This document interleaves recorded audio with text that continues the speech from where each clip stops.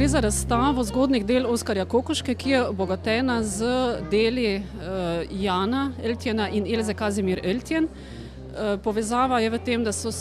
je bila Elza Oskarjeva sošolka v času študija in v bistvu tudi mladostna prijateljica in da so se družili do nekje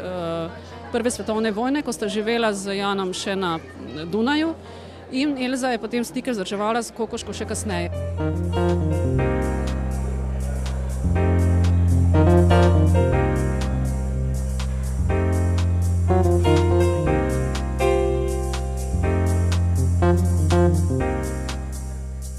Razstava predstavlja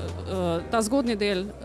ustvarjanja Oskarja Kokoške, ki je omejen na tiske in grafike, dopolnjena pa je z nekaj deli, ki pojasnjujejo ta vpliv in njihove odnose, ki so bodisi osebni, bodisi v umetniškem vplivanju.